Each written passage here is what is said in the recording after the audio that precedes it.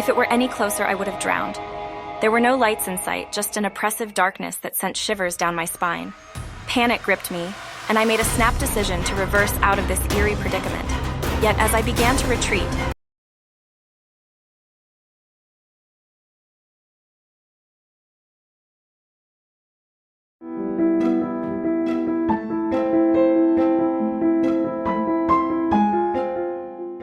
I've never been a believer in the supernatural, such as ghosts or spirits.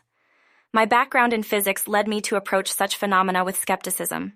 I firmly held the belief that everything, no matter how seemingly supernatural, could be logically explained through the principles of physics and mathematics. However, a single incident shook the foundation of my convictions and forced me to question the very nature of the world I thought I knew. It's difficult to put into words, but that day, everything went awry and led me to a place I couldn't explain. It was a day etched into my memory. A decade ago on 15th of March, a gloomy Tuesday.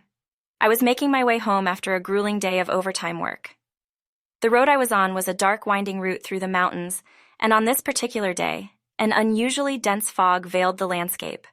The fog was so thick that it obscured everything, reducing my surroundings to mere hazy contours. I relied heavily on my GPS to navigate and proceeded cautiously. As I followed the GPS instructions, a sense of unease began to creep over me. The road, which should have been a well-maintained 2-lane asphalt path, inexplicably transformed into a narrow dirt road. According to the GPS, I was still on the right route, which was perplexing. Then it happened. The GPS repeatedly says, "Turn left. Turn left. Turn left." Without much thought, I followed its directions, steering left, only to be met with a pitch-black expanse of water directly in front of me. The road seemed to have vanished, leaving me facing an ominous body of water, the depth of which was impossible to discern. If it were any closer, I would have drowned. There were no lights in sight, just an oppressive darkness that sent shivers down my spine. Panic gripped me, and I made a snap decision to reverse out of this eerie predicament. Yet as I began to retreat, the GPS stubbornly insisted, "Go straight ahead. Go straight ahead." I tried to Go ignore it straight and ahead. continued in reverse, while it kept repeating, Route deviation.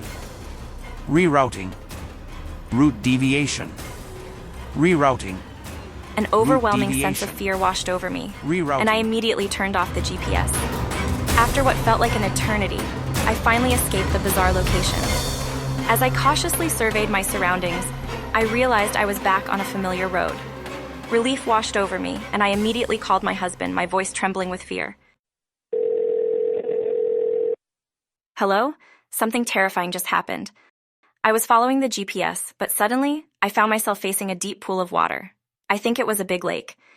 It was too dark, and all of a sudden, the GPS led me to this lake." My words were disjointed and frantic. Are you okay? Did you get hurt? I told you not to take that road. I changed the subject, desperately trying to distract myself. "Let's talk about something else, honey. I'm too scared." "Oh, did you have a good day at work?" Yeah, work was fine. But do you remember my coworker Joe? He was bragging about winning some big money from the scratch-off game he played yesterday. Damn lucky bastard. "Honey, what are you talking about? You just said Joe? But he died in a car accident 2 years ago. You even attended his funeral." My husband fell silent, but the call persisted. Suddenly, a woman's eerie laughter emanated from the other end, sending shivers down my spine. I hung up immediately, but I could still hear voices from the phone. What happened? Why didn't you follow the navigation as instructed? I frantically pressed the call end button at the eerie voice of a strange woman. Then a call came through from my husband's number.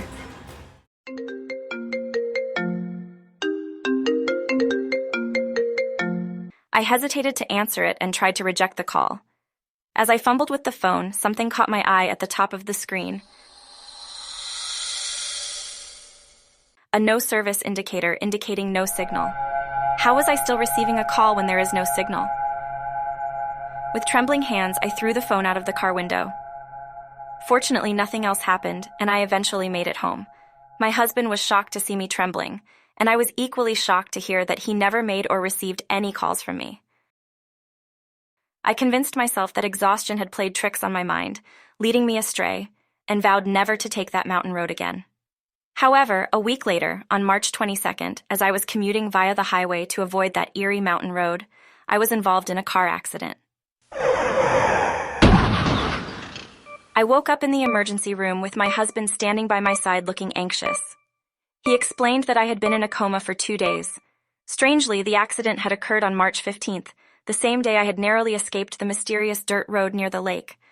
I couldn't comprehend why my perception of time seemed distorted. My husband's revelation was astonishing. It turns out that the accident didn't occur on the 22nd, but on the 15th, the very day of my eerie encounter with the lake and the GPS. I had collided head-on with a vehicle going in the wrong direction. Fortunately, apart from a minor head injury, I was mostly unharmed, and we considered ourselves incredibly lucky. Days later, as I lay in a recuperation room, drifting in and out of sleep due to medication, I felt a chilling sensation on my arm. I opened my eyes to find what looks like a nurse standing silently beside me. It was an eerie sight. She wasn't attending to any tasks, just standing there by my bedside. I lifted my head slightly to get a better look at her. Her exposed leg appeared decayed and discolored. She asked if I wanted to know how she had died. Do you want to know how I died? Her voice hauntingly similar to the woman I had heard on the phone the day of the lake incident. My husband sat nearby watching with concern, unaware of this woman standing right beside me. Then I passed out. After spending several days in the hospital and eventually being discharged, my husband, who has a strong belief in superstitions, arranged an appointment for us to meet with a shaman. We visited the shaman reluctantly. To my astonishment, as soon as the shaman laid eyes on me, she said there was a woman right behind me. I recounted all the bizarre incidents that had occurred during my hospital stay, including the encounter at the lake, the strange phone calls, and the accident. Eventually, I summoned the courage to revisit that haunting place. At the edge of the lake, following the shaman's guidance, I conducted a ritual to soothe the restless spirit that had once intertwined with mine.